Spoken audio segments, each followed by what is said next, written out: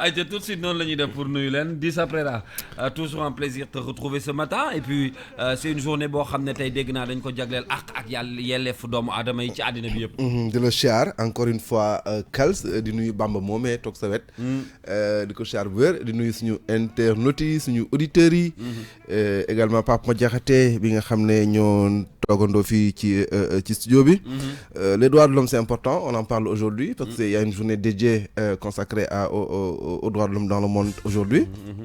C'est important un peu ñu waxtaan si au regard de ce qui s'est passé ces derniers temps ci réew mi ci affaire xale yi nga xam ne am nañ njaañ ak yeneen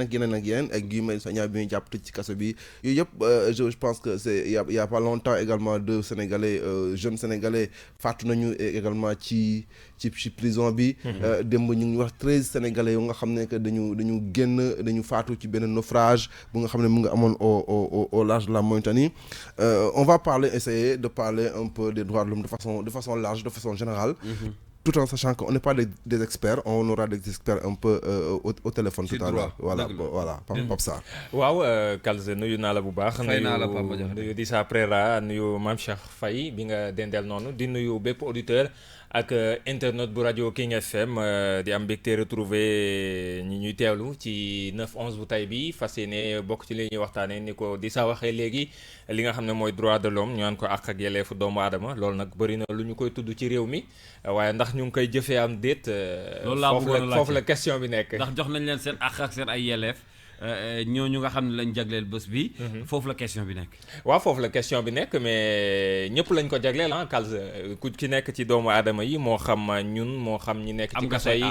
moo xam taalibe yi moo xam ak foo mën a nekk ak koo mën a doon da nga am àq ak ay yelleef yoo xam ne dañ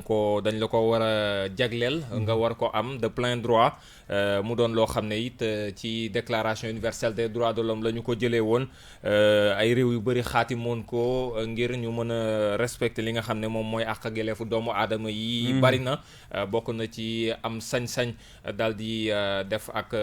marche boo amee am droit liberté wax lu la neex maanaam joxe sa gis-gis sa point de vue ak yeneen yoo xam ne ci la waaye jëfee gi d'abord man balaa ma waxee ci jëfee gi mooy est-ce que nit ñi d'abord xam nañ seen àq ak seen yelleef man c'est la première interrogation boo xam ne am naa ko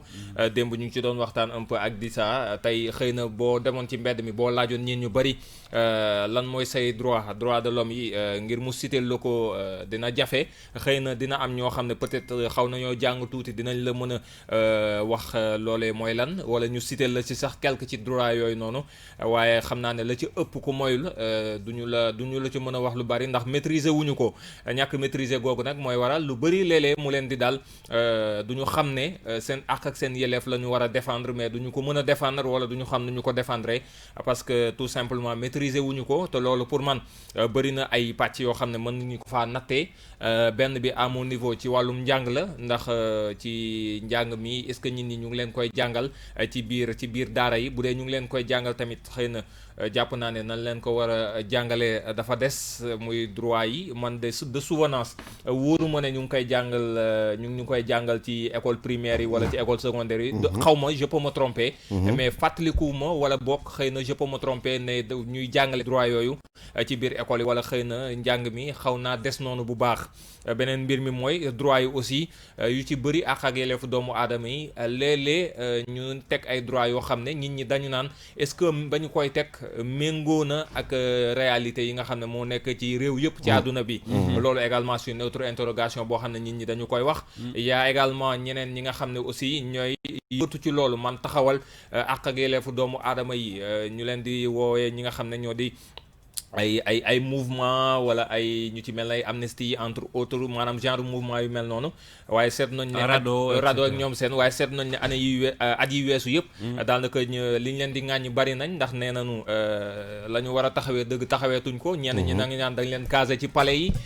palais de la République yi dañoo ànd ak nguur yi ba la ñu war a doxaluñ ko autant d'interrogation boo xam ne ci journée yu mel nii day baax ñu di indi dikkaat ci bu baax a baax def ci jàngat bu xóot xool la nga xam ne moom lañ ca def ak la nga xam ne moom lañ ca defagul Dissa. wax nga dëgg Pape Sarr parler des droits de l'homme ça revient un peu à parler un peu de l'histoire politique et histoire juridique un peu du Sénégal et même l'histoire de la citoyenneté. Ndax Sénégal droit de l'homme ndax mu ngi fiy dund je pense que c'est une question essentielle, c'est une question importante hein. Je pense également que pour répondre à cette question, on peut dire qu'il y a des pas en avant. Il y a beaucoup de pas en avant au regard par rapport à beaucoup de pays d'Afrique. Je pense que nous, Sénégalais, on a fait beaucoup de pas en avant par rapport au respect des droits de l'homme. Maintenant, on est dans dañu nekk ci ay Afrique yu nga xam ne que souvent diggante respect des droits de l'homme ak wala diggante ñi nga xam ne dañuy xeex ak yelleefu doomu aadama ak nguur yi généralement dafay am ay jafe-jafe parce que position yi ñuy taxawee souvent mooy wute. ma jox la benn exemple bu simple le droit de manifester. C'est un droit mais qui est dans notre constitution. En même temps quand on dit manifester c'est-à-dire que fu waaye neex ci territoire bi boo amee loolu naqari par simple annonce au préfet wala au sous-préfet wala au gouverneur mën nga def sa marche mais on se su ma déggee li ngay bëgg a wax c'est-à-dire que droit dafa xaw compliqué tuuti waaw mais maa ngi ñëw sax pour gën la ki loolu autant ñu defal ñu loolu c'est-à-dire que si biir constitution Sénégal moo ñu ko c'est-à-dire que calce yow tey boo amul loolu naqari boo neexee nga gën a taxaw sa pancarte ubbi ko am nga ci droit voilà mais en même temps ñun lu ñuy wax arrêté Ousmane Ngom qui nous interdit mooy dal gi mentionné de manifester devant le palais présidentiel. maanaam am na fu ngeen di yem. waaw mais ça c'est un problème parce que Kals. White House amul. bu Amérique. chaque munoo toog semaine doo gis gars yi ay nit yu fa taxaw. qui sont pro ou anti-Trump. Donc aujourd'hui pour moi ces deux choses-là sont assez contradictoires. C'est un droit mais un droit limité. Mais est-ce que ce droit-là doit être limité? Il doit être, pour moi, war nañ ko xëy na encadré war nañ ko kii mais c'est un problème. D'accord Dissa doguma la ñi ngi ci waxtaan wi comme ni nga ko waxee tout à l'heure certes dañuy wax ci journée bi waaye am na ñoo xam ne sa xam-xam màcc na jëm ci loolu ñi ngi ak Aliou Tine bu téléphone bi monsieur Tine ñi ngi lay nuyu ci King FM waxtaan wi ci suba tey mooy bés bi nga xam ne jagleel nañ ko lépp lu jëm ci àq ak yelleefu doomu aadama yi ginnaaw bu ñu la nuyoo déjà tey bu ñu tolloo ci situation yu mel nii di ko waxtaanee booboog léegi est-ce que mën nañ ñu jàpp ni ci àddina bi yëpp ay jéego am na ci wàllu droit ak àq ak yelleef ci doomu aadama yi. waaw xam nga ak yelleefu doomu aadama boo koy seet ci àdduna bi dafa dellu gannaaw. waaw dafa dellu gannaaw bu baax sax. Comment ça? Parce que ak yelleefu doomu aadama bi nga xamee ni ñi ngi commencé li ñuy wax le mur de Berlin bi mu daanoo 89 90. ci booy xool décision yi am en droit de l'homme ci laa doon wax sax man am na benn article bu may def boo xam ne dafa dem ci le caractère maximal le statut maximal et le statut minimal. yu bëri yoo xam ne jël nañ ko muy yu rafet maanaam ba jëlee li ñuy wax conférence de Vienne conférence mondiale 93. indi yu baax yu am solo li ñuy wax commission nationale des droits de l'homme yi fa la ñu leen dooleel jox leen indépendance. boo jëlee conférence sur les femmes c'était en 95 Beijing boo jëlee 98 moo nekkoon conférence bi nga xam ne mooy c'est la CPI sur la justice pénale internationale nga jël 97 c'était sur les mines antipersonnelles donc muy ay affaires yu baax mais depuis 2001 avec le Trade Center le World Trade Center dañu passé ci paradigme bu bees maanaam dañu jóge ci paradigme boo xam ne les relations internationales li nga xam ne moo koy doxal moo doon droit de l'homme ñu ñëw ci paradigme boo xam ne depuis 2001 li koy doxal mooy sécurité te sécurité ak droit de l'homme pour ñu ànd dafa métti. sécurité ak état de droit sax pour ñu ànd dafa métti. dëgg la. loolu tax na ne la lutte contre le terrorisme mooy paradigme bi nga xam ne moom mooy guider affaire yi loolu nag li ko indi il faut ñu càmbar ko. dañuy focaliser trop ci li ñuy wax droit civil et politique. mais droit économique social et culturel dafa mel ni dafa mel ni loo xam ne lii boo ko mënee nga def ko boo ko mënul bu ko def loolu mooy capitaliste yi. résultat tey boo jëlee droit économique ak sociaux yi nga xam ne moom la ñu xañ ndaw yi mooy gis dee yu bari ngay gis. ci géej gi surtout ah. ci géej gi surtout. ci géej gi surtout moo tax ma ne il faut ñu delloo droit économique sociaux et culturels. surtout droit économique sociaux et culturels yi nga xam ne mooy ndaw ñi. nga xam ne am nañu droit liggéey am nañu droit dund am nañu droit takk jabar am nañu droit fi nga xam ne foofu la ñu nekk di dund ñu dund fa am nañu droit bu fekkee ne bëgg nañu génn seen réew dem dellu si ñu dem dellu si loolu lu am solo la te tax na ba nga xam ne bu ñuy xool tamit politique bi li ci bari la parce que ki nga xam ne moo war a jëkk doxal ak di promouvoir ak yelleefu doomu aadama ci biir réew mooy ki nga xam ne mooy président de la république gardien des constitutions kooku am na solo lool te fépp foo xam ne nee nañu droit de l'homme dafa nasax rek xam nañu réew moomu réew bu autoritaire donc il faut ñu góorgóorluwaat fexe ba nga xam ne même bu fekkee ne am nañ ay conflit yu am foo xam ne Nations Unies daf fay def benn division des droits de l'homme pour que bu fekkee ne dañu dal sa kaw ci justice amul justice dafa am solo lool ci réew injustice li muy indi ay musiba la dignité dafa am solo parce que dignité nit ki du ko perte mukk dëgg la booy dund am bakkan rek yaa ngi am nga dignité mais danga bon ci doomu aadama yi nekk aussi ci biir prison am nga dignité mook nité ñoo ànd Alioune Tine waaw déjà suñu wax nga ne que soo defee analyse bi au niveau mondial il y a eu un recul par rapport aux droits de l'homme mais c'est un recul global international en matière de droits de l'homme cette année au Sénégal on a eu beaucoup de cas que beaucoup de gens ont indexé en tant que violation des droits de l'homme dernièrement wax nga ko bu mujj bi mooy les 13 Sénégalais yi nga xam ne génn nañu àdduna ci naufrage bi amoon Mauritanie am na ñaari xale yu nga xam ne deewoon nañu ci benn prison yàggul voilà ils ont eu des problèmes dañu dee ci biir prison bi Guy Marius Sagna également bokk na suñuy jàpp parce que xaw ma ndax dañ koy interdire droit de manifester wala dañ koy interdire droit de manifester devant le palais au Sénégal précisément tey fan la ñu toll suñu amoon benn pourcentage bi ñuy joxe sur le respect des droits de l'homme on est à 50% 60% moins de cela. xam nga Sénégal boo dellu gannaaw bi fu mu grave mooy li ñuy wax comité sénégalais des droits de l'homme. waroon nañ am commission nationale boo xam ne moom mooy taxawal ak yelleefu doomu aadama nit ñi moo ci war a jiitu avant ay radoog avant ñeneen ak ñeneen. pourtant il y a un comité sénégalais des droits de l'homme ah. il y a un comité sénégalais mais comité sénégalais bi temboowul ak li nga xam ne mooy norme internationale chaque fois bu Sénégal demee examen périodique universel dañ ko naan defal commission nationale des droits de l'homme man ba ma fa demee nekk fa dama def benn loi boo xam ne dafa tembo ak loo xam ne moom mooy norme internationale yi maanaam mooy principe de Paris.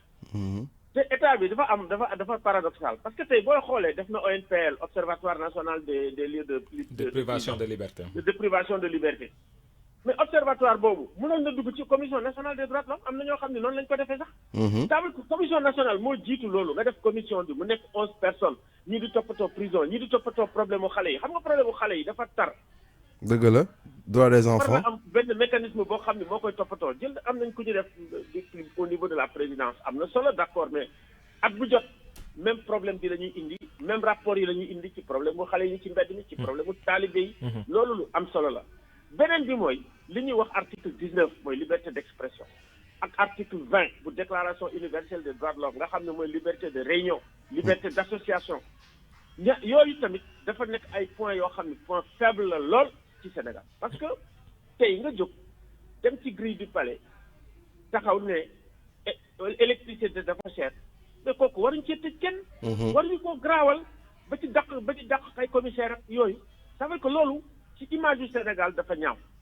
te ki nga xam ne moo war a jiitu défendre ak yelleefu doomu aadama mooy président de la République gardien de la constitution te constitution bi li mu am doxal ci biir ak yelleefu doomu aadama dafa am solo mooy déclaration universelle des droits de l'homme dañ ko dugal ci biir dugal ko ci préambule bi maanaam ci bloc constitutionnel la bokk tout quelque chose de provisoire ak loo xam ne da nga ko war a def nii ndax neex na la wala mën nga ko wala mënoo ko déedéet loolu dafa nekk loo xam ne daf la lié te loolu nag moom moo war na jiitu bu fekkee ne dañu wax état de droit mooy état boo xam ne dafay appuyé wu ci li nga xam ne mooy yoon état boo xam ne day mën a auto limiter li nga xam ne mooy puissance am mooy doole parce que état doole rek la moom moo am monopole doole jooju nag da nga war a am toujours mandute boo xam ne di nga ko mën a téye te loolu nag moo amul Sénégal doole rek la ñuy doxalee fi mu ne nii. alors Alioune Tine Pape Madiakhaté Sarr ci kàddu gi yaa ngi koy wax léegi déclaration universelle des droits de l'homme boobee nga xam ne moo méngoog bés bi nga xam ne ci la ñuy màggal li nga xam ne moom mooy bés ak yelleefu doomu aadama yi article yi bari nañu ñenn ñi sax jàpp ne ndax loi yenn yi dinañ koy mën a appliquer ci réew mi yëpp ndax duy jar tamit ñuy bàyyi de xel des fois réalité socio-culturelle yi ngir di ko mën di appliquer nanu ko bindee ni nu ko stipuler ci li nga xam ne moo di article yi. li nga wax am na solo xam nga li ñuy wax idéal mooy idéal boo xam ne normalement peuple adduna bi yëpp moom la ñu war a am aspiration la aspiration bi nag da ngay wër góorgóorlu def li nga xam ne mën nga ko nga def soo ko defee def loo mën dañu la naan waaw góor. parce que bu fekkoon ne idéal bi ñëpp atteindre nañ ko mécanisme yi am au niveau de international du am au niveau national du am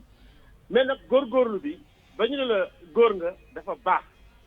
dëgg te am na état yu bëri tey bu fekkee ne jël nga liberté d'expression nga jël nga liberté de presse am na ñoo xam ne dootuñu tëjati ay journalistes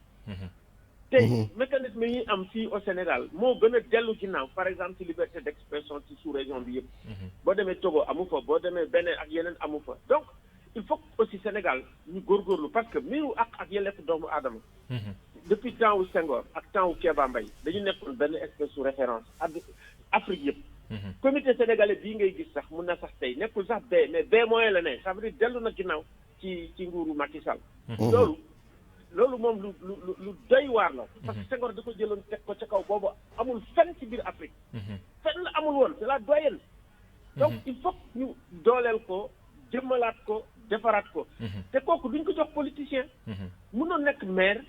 di def politique nekk si nguur ñu ne la def nañ la comité sénégalais des droits de l'homme nga jël ko nekkoon lu dul défendre état bi te yow da nga war a doole état bi ci boppam mu am yow yaa war a téye doole état bi di défendre individu xanaa ki nekk comité sénégalais des droits de l'homme moom Birame Faye loolu lay def fa nekkee du ñu am rang A mukk duñu ko fonk mukk du organisation de la société civile yi ñoo koy fonk du au niveau international ñoo koy fonk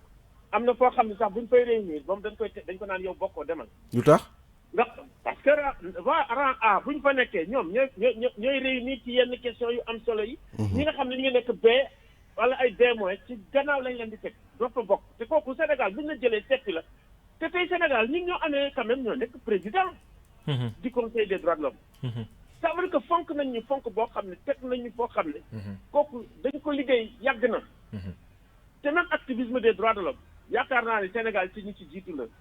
tu sais dans les années de fin du 19e début du 20e siècle amoon nañ koo xam ne Mody Mbaye la tudd te les premiers activistes des droits de l'homme yoo xam ne ñoo permettre sax africains yi daal di ñëwaat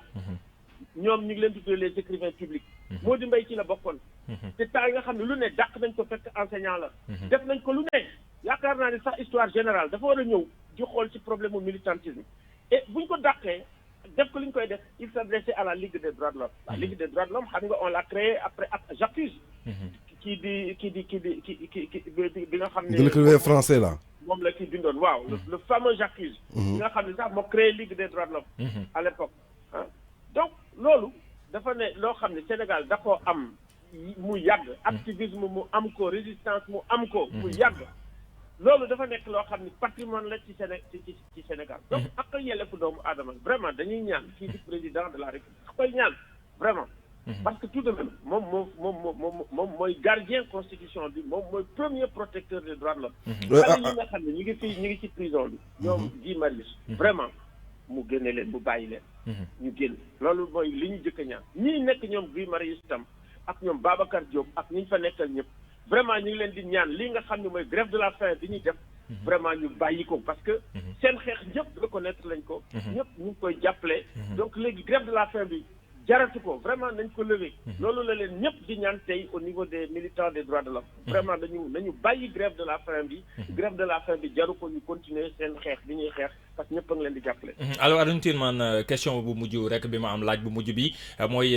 mbirum droit de l'homme ak li ñu koy salfaañe ak yelleef doomu aadama yi bëri na bu ñu koy tudd rek dañu ciy joxkar bi baaraamu tuuma continent bu Afrique ak réew yi fi nekk moo ne day ci àdduna bi bu ñu xoolee tuuti ci article yi nga xam ne ñoo nekk ci déclaration universelle des droits de l'homme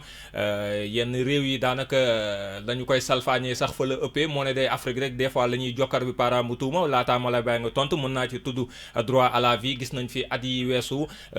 am na ay dëkk yu daal di ratifier euthanasie maanaam nit koo xam ne feebar na ba mënatul jàpp nañ ne amatuñu yaakaar ñu dakkal dundam entre autres ndax jàpp nga ne it léeg-léeg li ñuy wax naan l'Afrique a bon dos waaye yeneen dëkk yi ci àdduna it la ñu cay def ku ko tudd it daanaka war nañ lu ñu war a wax la tamit. waaw mais Amérique tout de même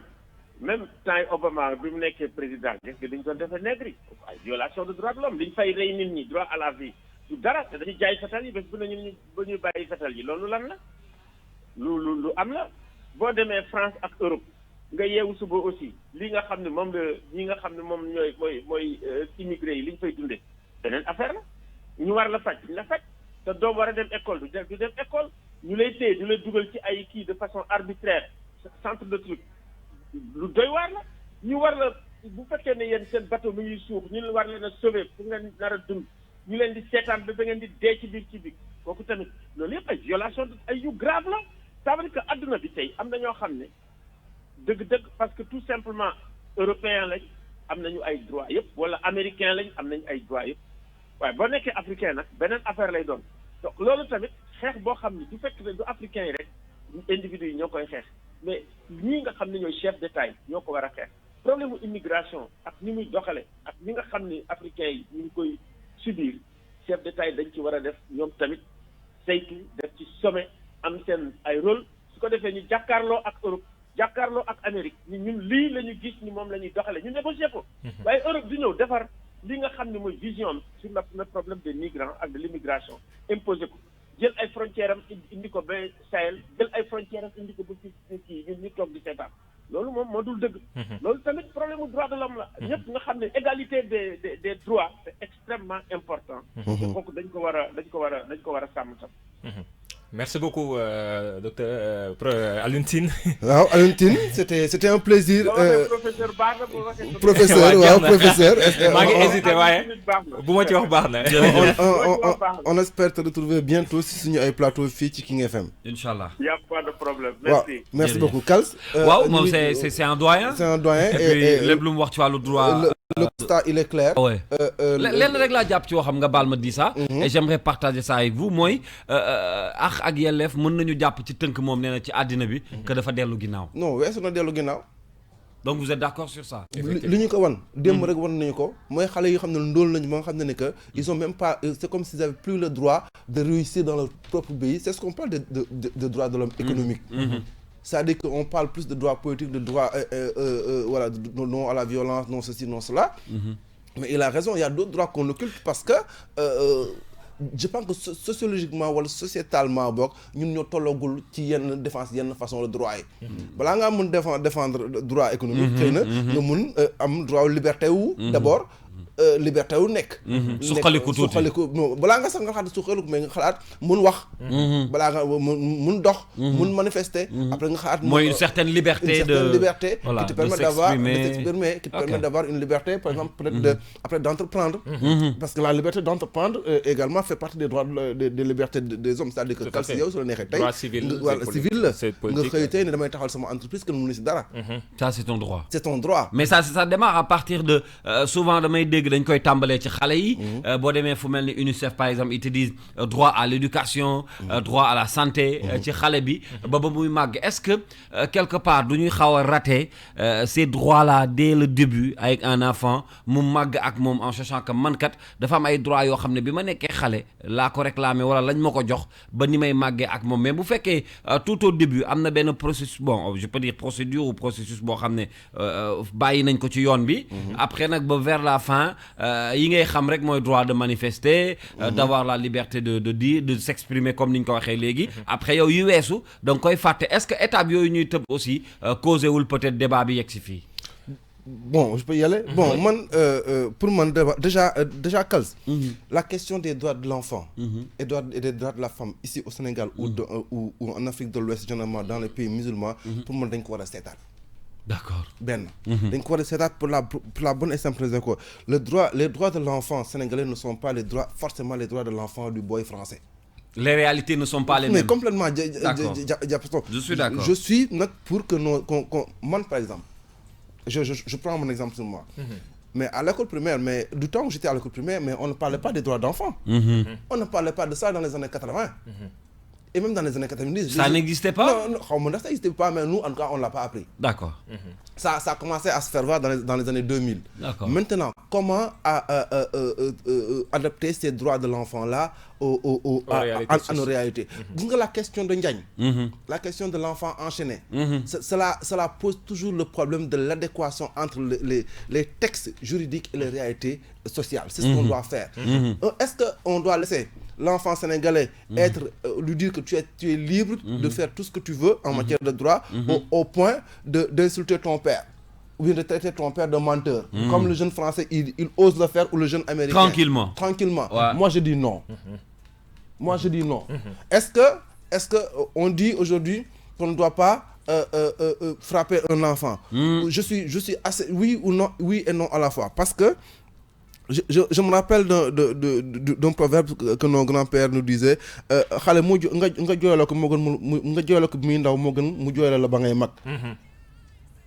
c'est ce qu'on dit. Ça faisait partie de nos méthodes d'éducation longtemps. Ça a fait des résultats. On ne peut pas dire que de faux résultats à faire yoy non. Ok, maintenant, est-ce que affaire yoy non, naka lañ leen adapter quand on dit ça faut pas frapper l'enfant. Man école dañ ma parkaat bu ma bëgg dé. Xam nga lañ parkaatul, mais man dañ ma parkaat bu ma bëgg dé. Ñi ci jaar bari nañ. Voilà, maintenant bon, moi, comme je dis, je suis ouvert à la discussion, et pour moi, les choses ne sont pas encore figées. War nañ ci mën waxtaanaat, war nañ ci mën segg li gën pour suñu doom yi teg ko, également segg li gën pour suñu soxna yi teg ko. Quand on parle des droits de la femme, mais pas ça, les femmes sénégalaises, mais elles sont battues pour leurs droits, hein? Elles sont beaucoup battues, énormément. Elles ont eu beaucoup d'acquis en matière des droits, des droits de la femme. Je veux dire, quand on regarde l'Afrique de l'Ouest, en général, que ce sont les femmes sénégalaises qui sont leaders dans ce domaine-là, dans la défense des droits des femmes. Cela est également parce que ça peut s'expliquer à la base, parce que peut-être qu'à l'université Cheikh Anta Diop, juste après les indépendances, les premières intellectuelles femmes sont sorties également de l'Afrique de l'Ouest généralement. Beaucoup d'entre elles en tout cas sont sorties de l'université Cheikh Anta Diop et de la faculté de droit, ainsi de suite. Mais bon, il y a des droits qui peuvent être, à mon avis, qui peuvent être adaptables à notre contexte socio-économique ou socio-culturel, mais il y a d'autres également qui, pour moi, encore sont des boulets pour nous et qu'on n'arrive pas qu'on n'ose pas, fondamentalement, c'est une question de courage, qu'on n'ose pas pointer du doigt et dire aussi bien aux femmes et aux enfants, ça c'est un droit qui est bon, mais ça, revoyons-le et essayons de l'adapter selon notre contexte socio-culturel. Je peux avoir tort, mais ça c'est mon regard sur la question. Si, lolo. Il faut que adaptabilité boobu moo am maanaam ñu mën ko méngale ak li nga xam ne moom la ñuy dund, mais li leer ba leer mooy Alioune Tine li mu wax moom kenn mun ci teggi dara, moom ci àdduna bi sax la wax, mais bu ñu yemee ci Sénégal rek daanaka bu ñu jëlee atum 2019 bi bu ñu xoolee rek ci li nga xam ne moom mooy article yi la nga xam ne amu ca te respecté wuñu ko bari na. On se rappelle élèves yi nga xam ne moom la ñu doon tere voilé wala boobu ñu changé xeetu voile yi, liberté de culte la. Li nga xam ne en fait c'est dans le quotidien des Sénégalais. Des fois les Sénégalais nit ñi du ñuy rendre sax compte que am na seen droit yoo xam ne ñu ngi leen koy privé te xamuñu ci dara, alors que xëy na peut-être ñàkk xam moo koy waral li Kals di posé sànq naan est-ce que du ci base bi, mais effectivement parce que tey bu ñu jëlee rek benn exemple ci xale bi nga xam ne judd na te amul état civil. te xale droit de l'enfant daf ci bokk, droit à un état civil. te tey ñaata xale ci Sénégal, waxuma Dakar, mais dans les bas-fonds, maanaam ci dëkk yi ak dëkkaan yi, ñoo xam ne mais dañuy judd ba am yenn âge duñu am kayitu juddu. Finalement chaque année à chaque fois que certificat wala entrée en sixième am, à chaque année le constat est le même, yenn inspecteur d'éducation et de formation IEF yi, mais dañuy exiger dañuy ñaan à ce que tribunaux yi daal di ubbi ay seen session yi ñuy organiser ngir mën a permettre xale yi ñu bind leen ñu mën a am kayit ngir mën a def seeni examen. Donc loolu rek audience foraine yi exactement. Donc loolu benn la rek ci exemple yi nga xam ne moom la Kals doon interroger par rapport ak droit yi nga xam ne déjà dès le bas âge xale yi dañ leen koy xañ, finalement da leen di topp ba ñuy màgg, bu ñu màggee nag majeur yeneen droit ñëw dolleeku ci ñoom yooyu aussi mu am ay difficultés yoo xam ne yow daanaka yéen la jagleeloon ba ngay xale yee ca bëri matale woo ko nga bëgg a ñëw màgg am yeneen droit yu lay fekk si yooyu it ça pose problème donc autant de problèmes yoo xam ne réew yi war nañu ci taxawaat mais encore une fois comme li nga wax di ça il faut tamit ñu koy adapté di ko mën a adapté en fonction de Sénégal ci en fonction suñu réew yi ak suñu diine yi ak suñuy gëm-gëm parce que am na yenn droit yoo xam ne tamit Sénégal dëkk boo xam ne 95% de musulmans d'obédience religieuse de façon globale mënuñu nangu yenn yi ay à des périodes tudd nañ fi mbirum góor jigéen ay am na ñu fi doon def ay lobbying wala di fi ñëw naan Sénégal dañoo war a bàyyi góor jigéen yi ñu def nii ainsi de suite ay avortement médicalisé ak avortement ou non yooyu yëpp c'est des droits yoo xam ne c'est inclus dans les droits de l'homme mais nag du réew yëpp ko mën a nangu du religion yëpp ko mën a nangu du société du culture yëpp ñoo ko mën a nangu donc loolu aussi c'est des freins pour idéal bi nga xam ne war nañ ko mën a am ci droits de l'homme yi ñu matale ko mais l'idéal n'existe pas et comme ni ko Alioune Tine waxee dañuy jéem a jot idéal rek mais idéal boobu c'est très difficile pour ñu jot ko wax nga ko par exemple quand tout à l'heure on parlait on parlait de droits des femmes en Europe aujourd'hui ou bien pas aux États-Unis parce que Trump puisque c'est un républicain quand on parle de l'avortement par exemple mais xam nga un gars comme Trump il est foncièrement contre l'avortement effectivement parce que il a derrière lui le lobby religieux ce sont les chrétiens comment ça s'appelle les évangélistes là il a le lobby évangéliste mais qui sont 11 millions d'Américains derrière lui qui lui donc mettent il est contre et encore ça de par la position de son parti ce qui n'est pas le cas des démocrates nous au Sénégal on est peut-être pas dans cette situation de démocrate de truc mais on est dans un système je parle pas politique mais socio-culturel aujourd'hui pour faire accepter ça par exemple en Europe ou dans les pays qui disent que voilà ils font des droits de l'homme et ils vont dire la femme a le droit de disposer de son corps comme elle le veut oui ça on le conteste pas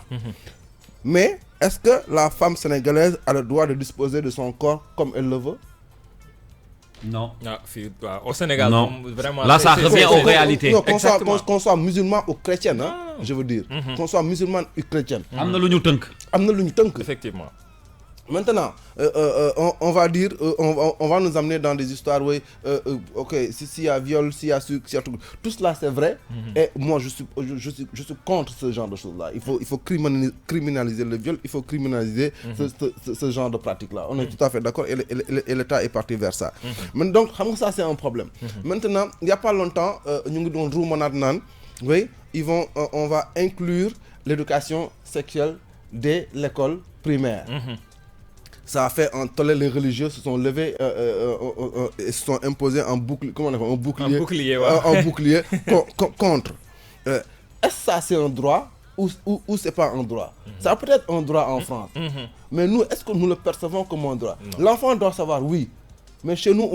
on pense qu'il y a des choses que l'enfant doit savoir à chaque moment de sa vie. Pour nous, c'est question intime. L'enfant ne doit pas le savoir jusqu'à un moment où il doit le savoir. Bon, maintenant, est-ce qu'en faisant ça, on handicapé xale bi ndax du xam dara fi ak boobu je ne suis pas certain est-ce que wax ko également c'est pas un peu un danger est-ce qu'on l'expose pas également en lui disant cela au regard de beaucoup de choses au regard de beaucoup de choses mooy dañu nekk ci ay réew yoo xam ne que éducation dafa am benn place importante mais également est peut-être très compliquée dans certains milieux. L'éducation que l'enfant de Diourbel a peut être différente de l'éducation que l'enfant de Dakar a, c'est selon les environnements. Mais est-ce que le parent de Diourbel ou bien de Fouta ou bien de la Casamance, il accepterait que son fils soit qu'on enseigne à son fils l'éducation sexuelle à partir de 7, 8, 9 ans? Est-ce qu'il va accepter cela? Dans le même temps, est-ce que l'enfant n'a pas le droit de savoir? Oui. Mais quand est-ce qu'il doit savoir? Donc c'est un ensemble, pour moi, il y a un ensemble de points sur lesquels on devrait discuter. Il y a des évolutions, il y a des choses qui sont faites. Mais je pense quand même on doit beaucoup faire attention sur certains droits. Maintenant, tout ce qui tourne tout ce qui tourne autour du droit du citoyen, moi je pense que c'est pas à négocier. droit dañ ko war a laaj liberté parole liberté entre dañ ko war a laaj obligé ayca loolu moo doon pàcc bi ñu jagleel lépp lu jëm ci wàllu tey droit de l'homme di journée boo xam ne moom la ñu jagleel lépp lu jëm ci ak yelleefu doomu aadama yi ñu àndoon ci ak Aliou Tine ràññee nañ ko bu baax moom ci yëngu-yëngu yooyu